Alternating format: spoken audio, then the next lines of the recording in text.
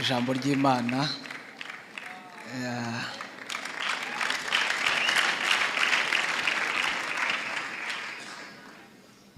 Haleluya, haleluya. Muranyihanganira narwaye gripe ntabwo ndi kuvuga cyane. Nishimiye kuba ndi hano,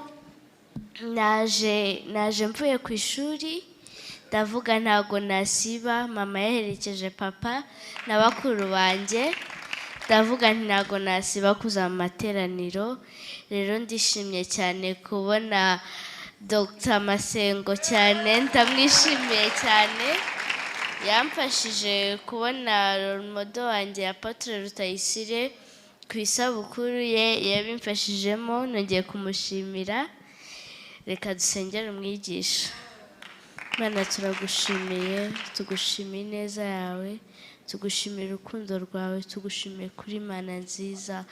Tugiye kumva ijambo ryawe, uduhe kumva ibyo ugiye kuganira natwe. Ntaba ari umwigisha uvuga, ahubwo ari wowe umuvugiramo. Ibyo uravuga uduhe kubyumva no kubyubahiriza, mu izina rya Yesu Kristo, amen. Murakoze cyane. Abashize yagiye gutungura Rutayisire, pastor abimufashamo, aravuga ati nimubona nzamushimira ko ntago byari kunyorohera kumugeraho. Rero yari yavuze ati uyu munsi rwose ndakora uko nshoboye ze kujya kumushimira. Rero ntekereza ko Imana imuhereza umugisha cyane.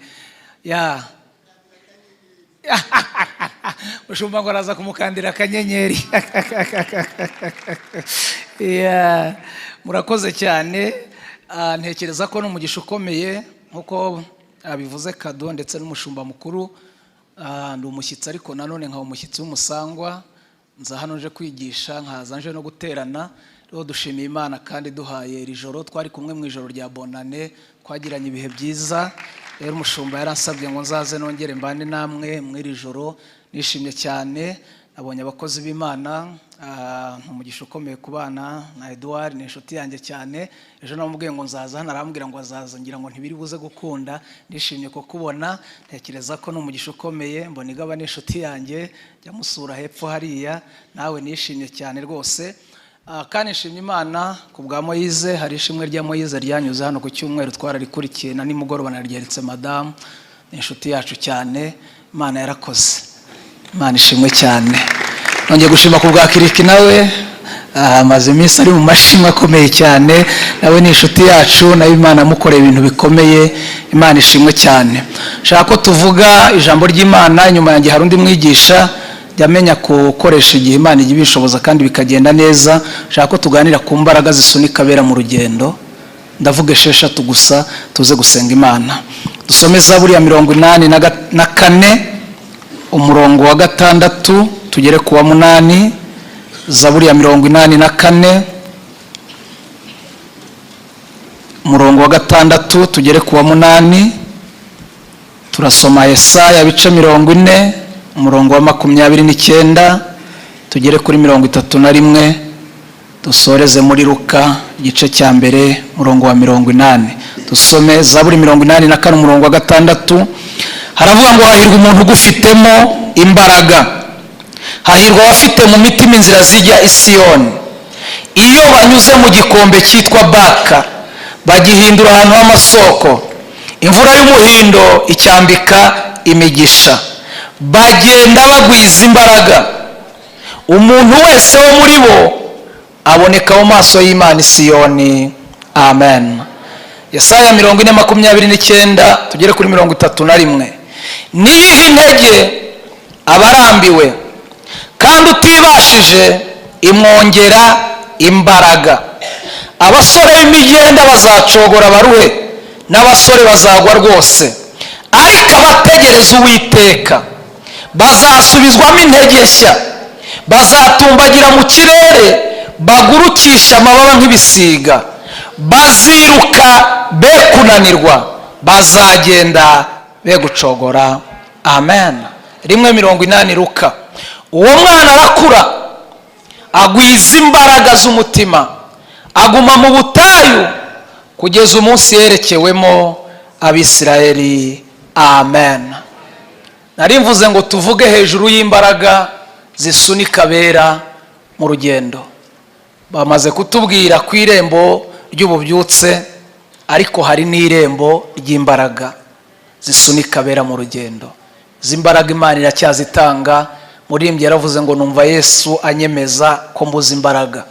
Agera ku gitero aravuga ngo niba ufite imbaraga zihagije rwose. Iyo twaje mu iri joro tuba twaje gushaka imbaraga zatubesha Kigali, ntidusambane kandi basambana, ntitwibe kandi biba, ntituraguze Kigali ngo bajye baraguza. Ntago nari mbizi. Umuntu akajya kuraguza afite imodoka, akajya kuraguza ataha muri etaje. Hari imbaraga zisunika abera mu rugendo zakubesha Kigali, nturaguze kandi abahari baragusa. Imbaraga zisunika abera hehe mu rugendo. Sinzi niba mwemera ko urugendo turufite. Hari abantu bicara ukabona bameze nk'abamaze kugera iyo bajya. Tufite urugendo kandi rurerure. Murimbyi yaravuze ngo urugendo ufite n'urwo kujya mu ijuru. Aravuga ngo umukiza niyari nanjye nkwiye kujyayo. Uru rugendo rero umurimbyi yaravuze ngo kurugenda ngo nyura mu misozi, ngo nyura mu mataba. Aravuga ngo aho hose niko harushya umutima. Rero hari abantu baririmba ngo tuzajya mu ijuru, bakabiririmba, bakabisirimba, bakabisimbuka, ariko ntibamenye ko harimo dodani. Mvuka Icyangugu. Mu ngendo ndende zihaba mu Rwanda, urw'Icyangugu rurimo. Iyo bakubwiye ngo uzajya Icyangugu, hari abagura ibinini, hari abashaka ishashi, kubera ruriya rugendo ntago rworoshye. Niba kujya Icyangugu bagura ishashi, bakagura ibinini, indege none nagize umugisha nayigenzemo. Abantu bafite urugendo rw'indege mukomeze imitima. Ijya guhaguruka umutima ugahaguruka, yajya kuga umutima ukahaguruka. None mutekereza ko urugendo rwo kujya mu ijuru ari urugendo rworoshye? Rukeneye imbaraga. Dukeneye abavuga butumwa bagwije imbaraga, dukeneye abahanuzi bagwije imbaraga, dukeneye abaririmbyi bagwije imbaraga, dukeneye ababishopu bagwije imbaraga, dukeneye abashumba bagwije imbaraga, kugira ngo ibituvuga bigaragarira ababyumva. Nimuvuge ngo amen. Dawidi yavuze amagambo akomeye. Aravuze ngo hahirwa umuntu ugufitemo imbaraga. Uwo niwe muntu. Bibiliya ivuga abantu bahiriwe. Niba hari umuntu uhiriwe, n'ufite imbaraga ziva ku Mana. Yakobo yandika 1:12 yaranditse aravuga ngo hahiriwe umuntu wihanganira ibimugerageza. Dawidi ageze muri Zaburi ya mbere we yaravuze ngo hahirwa umuntu udakurikiza imigambi y'ababi. Ageze muri 65:5 yaravuze ngo hahirwa umuntu witeka atoranya akamwiyegereza. Ageze muri 32 yaravuze ngo hahirwa uwababariwe ibicumuro bye, ngo kandi ibyaha bye bigatwikirwa. Izi mbaraga zisunika abera mu rugendo nta muntu wicaye ahangaha utazikeneye.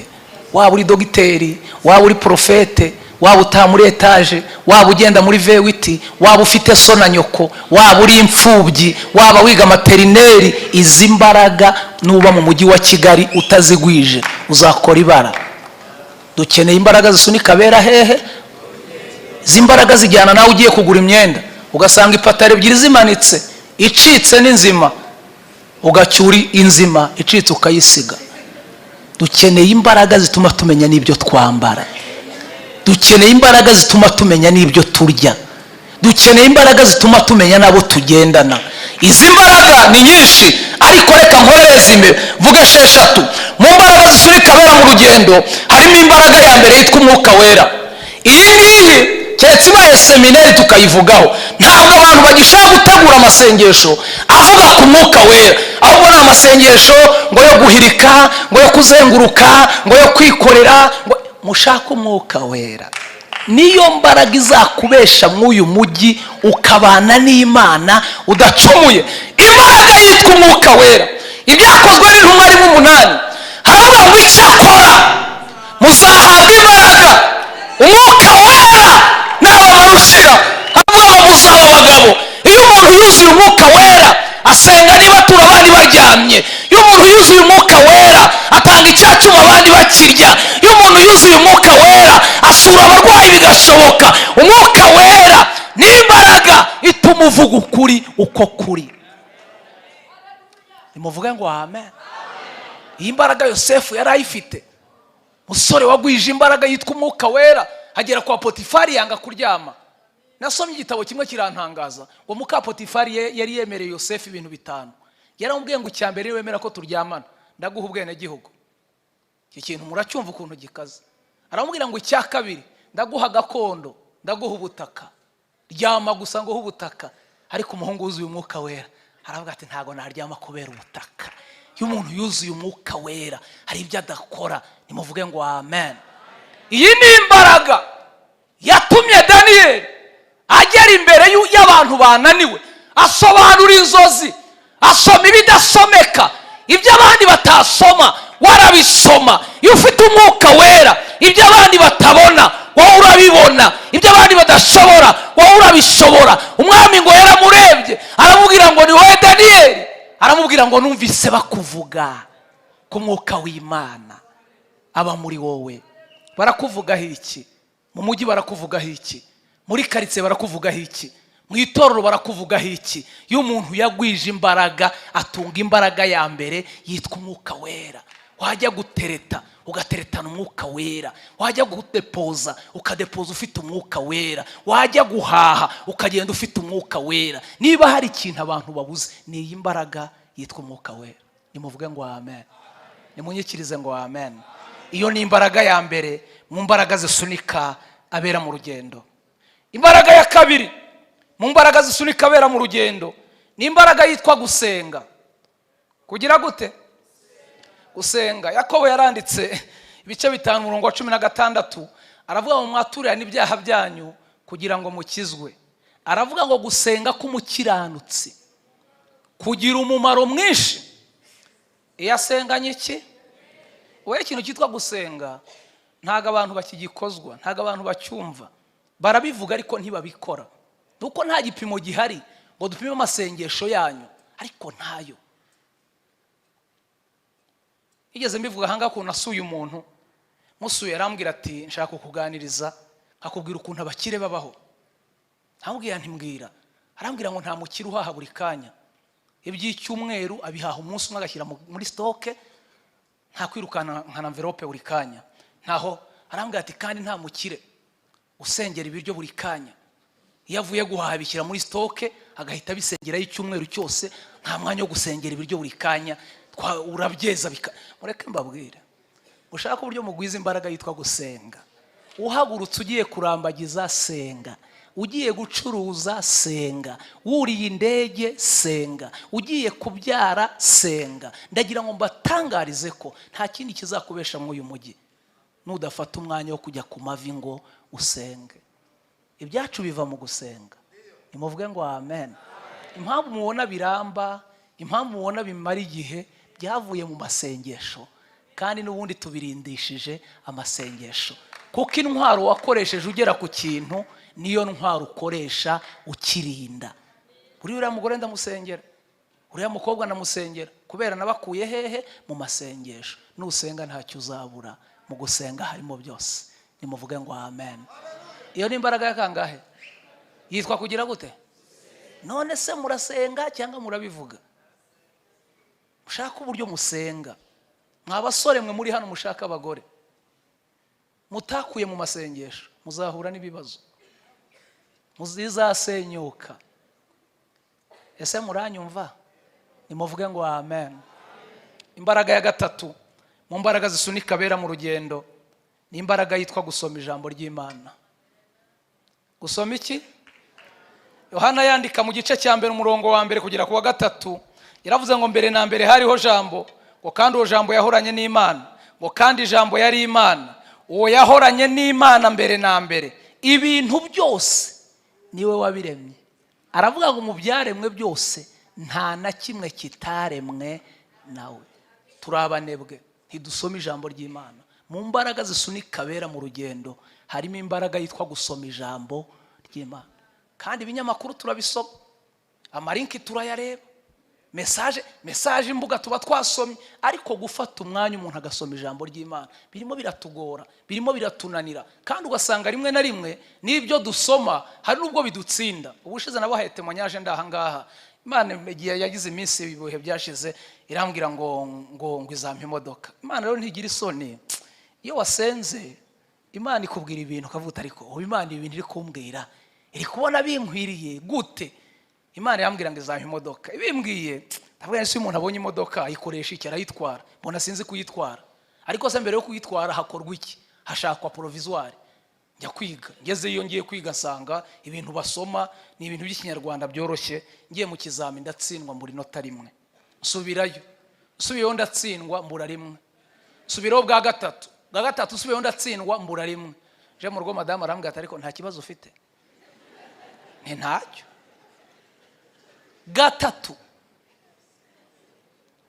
waragiye mu ishuri ukiga kandi abandi ngo basoma bakagenda bagatsinda. Nge namaze ukwezi mu ishuri nicaye ndi kwiga ngo imirongo miremire, ngo imirongo ngo icagaguye, ngo ibyapa, ngo ibintu byoroshye biri aho ngaho. Mureke mbabwire ko nshuro ya gatatu nje mbonye ambwiye gutyo, ndamubwira nteko si ibintu uri kuvuga we wazagiyeyo. Ahambwira ngo se wanyandikishije? Ndamwandikisha. Aragenda ajyayo. Agiyeyo abona 8. Araza arambwira ati yewe ati burya bya bintu uko ntago biba byoroshye. None se wansekaga iki? Arambwira ati se bakongeye kwiyandikisha tukajyana. Turiyandikisha twembi. Asubiraho ku nshuro ya 2, nge ngiyeyo ku nshuro ya kangahe? Ya 4. Tugezeyo abona 18 mbona 11. Aratsinda ndatsindwa. Ndikuvuga ku cyantu cyitwa gusoma. Hari ibyo dusoma rimwe na rimwe rezilita yabyo tukayibura. Arayizana ageze mu rugo arambwira ati ndirangiye kwiga imodoka ndabona ngiye uzagutwara rero. Ndamwohereza aragenda ajya kwiga. Icyo nakoze nyuma nagiye gushaka kode ntabimubwiye, sinagira n'undi muntu bibaho ko namaze guseba mpora mbivuga buri gihe. Kwa mbere w'icyumweru cyashize kuri 15 mu byifuzo nasengeye hanga mushuma avuga ngo twandike ibyifuzo 5. Nanditse mbwira Imana ni Imana wampaye provisoire. Ku itariki 15 nabonye amanota 18. Ubu ndayifite rwose, ndayifite ntako ntagize, ndasoma mbona birakunze. Ndi kubabwira ko hari imbaraga zisunika bera mu rugendo. Harimo imbaraga ya gatatu yitwa gusoma ijambo ry'Imana. Hari ibintu dusoma rimwe na rimwe twashaka umusaruro wabyo tukawubura. Umukristo uba mu buzima dasoma ijambo ry'Imana uragowe niba ushaka gutungwa n'ibyo bagusomera, kandi rimwe na rimwe n'ababisoma hari ubwo babisobanura uko bitari bakabihengeka, nta bumenyi babifiteho, nta bushobozi babifiteho, nta mwuka wera ubishoreye kugira ngo babisobanure. Ariko iyo wagwije imbaraga zisunika bera mu rugendo ukunda gusoma ijambo ry'Imana. Nimuvuge ngo amen. Iyo ni imbaraga ya gatatu. Imbaraga ya 4 mu mbaraga zisunika bera mu rugendo ni imbaraga yitwa kurinda ubuhamya. Kurinda iki? Imbaraga yitwa kurinda ubuhamya. Niba hari ikintu kimaze abakozi b'Imana nuko utarinda ubuhamya. Ubuhamya ni ikintu gikomeye, ushobora gutakaza ubuzima bwawe bwose ugahomba ibyo wakoreye igihe kirekire. Rero hari abantu batarinze ubuhamya usanga birefera kubaburinze, bakanabaririmba ugasaba umuntu ahagaze hano ngo ngiye ngo Danieli ngo yicaye mu ijuru ngo arantegereje. Musore warinze ubuhamya wageze i Babuloni bakazana vino n'inyama akanga kubirya. 8 ngo agambirira mu mutima aravuga ngo hoya ntabwo nziyanduza, ariko ibije byose urarya, ibije byose urambara, ibije byose uharana nabyo, ariko Daniel aravuga ngo hoya ntabwo nziyanduza. Maze mwagera ku icyo gitero mugafashwa ngo bamutaye mu rwobo, ngo intare ngo ntizamurya, ngo nanjye bantayemo ngo ntizandya, zakuryana n'imyenda zakurya. Impamvu zitamuriye hari ibyo atariye, impamvu zitamuriye hari ibyo atanyweye, impamvu zitamuriye hari ibyo atambaye, impamvu zitamuriye hari aho aticaye, impamvu zitamuriye hari ibyo atavuze. Kurinda iki? Ubuhamya. Abantu benshi batakaje ubuhamya. Twe dukunda kugenda tuvuga ubutumwa ari umushumba guhamagara akabwira ati ko nshaka kuzaza kutwigisha, akamubwira uti uyu munsi nta mwanya afite, ati wanshakiye undi muntu, ugatekereza umuntu uramuhereza ukamubura. Abantu bakoze ibidakorwa. Tube mu buzima dutunga imbaraga yitwa kurinda iki? Ubuhamya. Niba uhanura urinde ubuhamya, niba ubwiriza urinde ubuhamya. Mwabaririmbyi mwe muhagarara hanga kudutute urinde ubuhamya. Hari umuntu hano ari kuririmba wamureba ukuntu yambaye, wareba ukuntu yasokoje, ukabona rwose wagera hanze wahura nawe mu munsi ukurikiye niwe. Nigeze mpura n'umukobwa yigeze nkorera protocol igihe kimwe nagiye kwigisha muri sepu muri kaminuza i Butare. Turahura yararangije kwiga, ntago nari namumenye, aza kundamutsa anamukije arambwira ngo ese wamenye, ntago nakumenye, ngo waje kutwigisha muri sepu, ngo ninjye wakoreye protokole, ngo ninjye wakwakiriye. Wowe waranyakiriye, ndeba ukuntu asa, ndeba ukuntu yambaye, nawe yase unyakira wari wambaye ati nari nambaye umushanana. No wari yambaye ipataro imeze nk'amasogisi. Kwambara ipataro ku bakobwa si bibi, zirahari rwose, amapataro y'abakobwa meza arahari. Yari yambaye ipataro imeze nk'amasogisi kuva hasi. Nawe ngero se iyo pataro wambaye noneho iyo ugiye kuyambura ubigenza ute? Ati ntawe uyambura ari umwe, aturaryama ugahereza mugenzi wa maguru. Ureke mbabwire nyabuneka murinde ubuhamya mwabaririmbyi mwe, muri inzandiko zisomwa n'abantu bose. Uhagaze hano uririmba tuba tukureba, noneho haje na kamera ahangaha ubisi yose irimo irabareba. Ndagira ngo mbatangarize murinde ubuhamya. Nimuvuge ngo amen. Kurinda iki? Ubu nakazi kugira ngo ukabone bagomba kubanza bakamenya ngo urinde. Ko bunkange rwose sibye ko ibyanjye bitari byasohora, ariko ntago nahereza akazi umuntu utaruzuza umwuka wera. Ntibisambo biriba.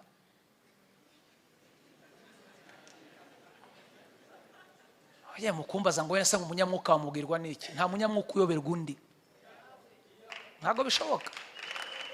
Niba indaya y'Ikigali zindaya y'Igoma, kuki umunyamwuka w'Ikigali atamenya umunyamwuka w'Igoma? Niba umurozi w'Ikigali azi umurozi natwe tugomba kumenyana.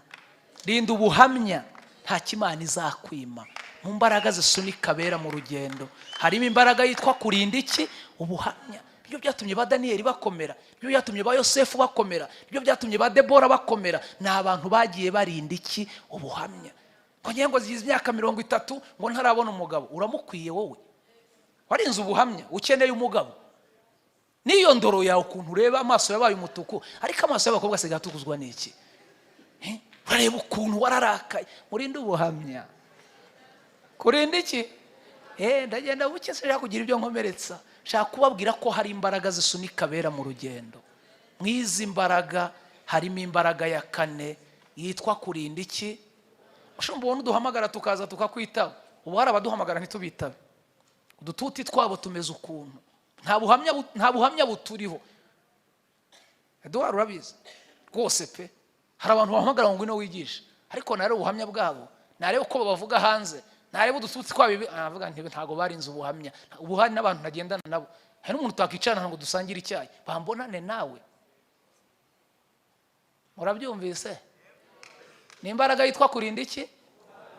Ko gusengera Foursquare, umusore usengera Foursquare ugomba kuba uri umuntu ufite ubuhamya, ku buryo umuntu nakureba avuge ngo runaka asengera runaka. Mu gihe kiri imbere abagerajya bakenera abakozi barayabaza kubaka abashumba.